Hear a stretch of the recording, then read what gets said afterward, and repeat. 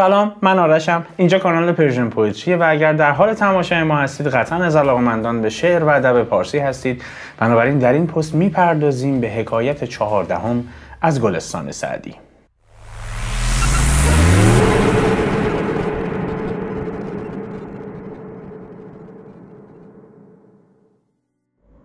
رسیدیم به حکایت 14 از گلستان. اگر شرح 13 حکایت ابتدایی گلستان سعدی رو هم در باب اول تماشا نفرمودید، لینک پلیلیستش رو این بالا تقدیم حضورتون میکنم. حتما تماشا بفرمایید، خالی از لطف نیست.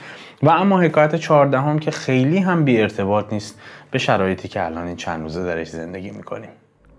با این توضیح شروع به خوانش حکایت میکنم که میدونم اکثر لغاتش رو متوجه میشید، اما به واسطه اینکه ویدیو انگلیسی زیرنویس میشه یک بار هم به محاوره میگم.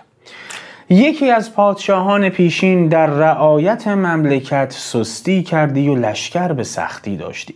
رعایت مملکت اینجا نگاه داشته کشور، زفت و رفت امور مملکت. میگه یکی از پادشاهان پیشین، پادشاهان در گذشته، در نگاه داشت مملکت و زفت و رفت امور مملکت و مردمش، علل خصوص سپاهیانش، سستی میکرد، اهمال میکرد و لشکر به سختی داشتی. یعنی به لشکرش، به سپاهیانش خیلی خوب رسیدگی نمیکرد. لاجرم دشمنی صعب روی نمود و همه پشت دادند. یک دشمن صعب و سختی رو کرد به مملکت و تمام این سپاهیانش پشت کردند به دشمن و راه فرار رو انتخاب کردن، فرار رو برقرار ترجیح دادن. چو دارند گنج از سپاهی دریغ آیدش دست بردن به تیغ. یا که یک پادشاهی به سپاهیان خودش، به لشکریان خودش رسیدگی نکنه، به زفت و رفت امورشون کمک نکنه، به معیشتشون بی توجه باشه، این سپاهیان و لشکریان هم دریغشون میاد. دلیلی نمیبینن که دست به تیغ و شمشیر ببرن از این پادشاه دفاع بکنن. چرا باید ممارست بکنن؟ چرا باید وفادار باشن؟ به چه دلیل دقیقاً وقتی معیشتشون در خطره؟ البته صرفاً این مربوط به سپاهیان نیست. امروز دارید میبینید که این قاعده بر مردم هم برقرار شده و معیشتشون به خطر افتاده.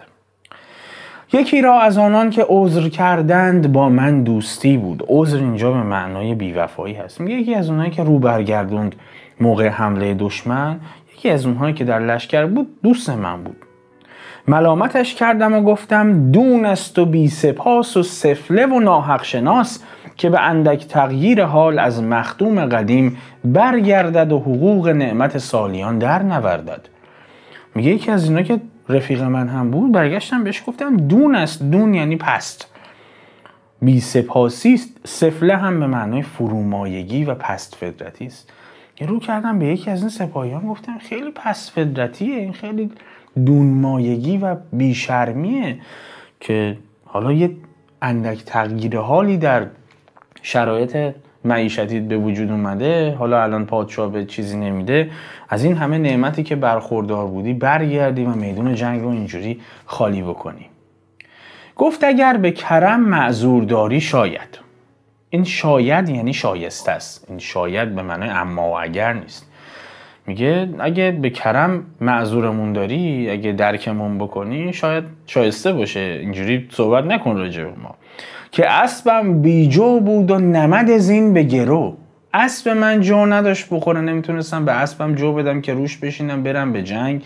و نمد زین به گرو، انقدر معیشت من درگیر مشکل شده، این نمد و این پارچه‌ای که روی زین میندازم که بتونم روی اسبم بشینم رو دادم گرو، احتمالاً به جاش نان گرفتم.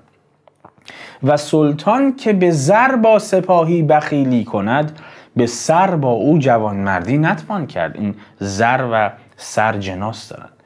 میگه وقتی سلطان سیم و زر به سپاهیش نمیده، معیشت سپاهیش رو نمیبینه، تأمینش نمیکنه، دقیقاً ما نمیتونیم با سر بریم و براش جوانمردی کنیم، سرمون رو بذاریم وسط، دست به تیغ ببریم و ازش حمایت بکنیم. که رو چه حسابی باید این کارو بکنیم؟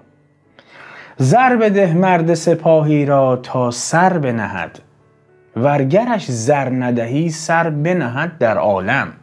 دو تا سر بنهد داریم. سر بنهد اول به معنای تسلیم بودنه، وفادار بودنه، و سر بنهد دوم به معنای فرار کردنه. داره میگه اگه زر بدی، اگه معیشت سپاهیت رو و لشکریانت رو برقرار بکنی، حواست بهش باشه، خب اوکی تسلیمته و تلاشش رو میکنه که وفادار بهت بمونه و ازت دفاع بکنه اگر یک دشمنی روی نمود. وگرش زر ندهی سر بنهد در عالم. اگه تأمینش نکنی میگریزه ازت، سر بنهد در عالم. اصلا چه بسا ممکنه بره و در لشکر دشمن قرار بگیره و علیه تو شورانده شه. اذا شب الکمی یسول و بدشا و خاوی البطن یبتش و بالفرار. میگه اگر این سپاهی تو از لحاظ مالی مشکل نداشته باشه و تأمین باشه، ناراحتی و درد و غم و رنجی در دل نداشته باشه، با تمام وجودش میره و در لشکر شروع به جنگیدن میکنه. اما اگر این گونه نباشه دلیلی برای جنگیدن نداره و مسلماً فرار رو به قرار ترجیح میده.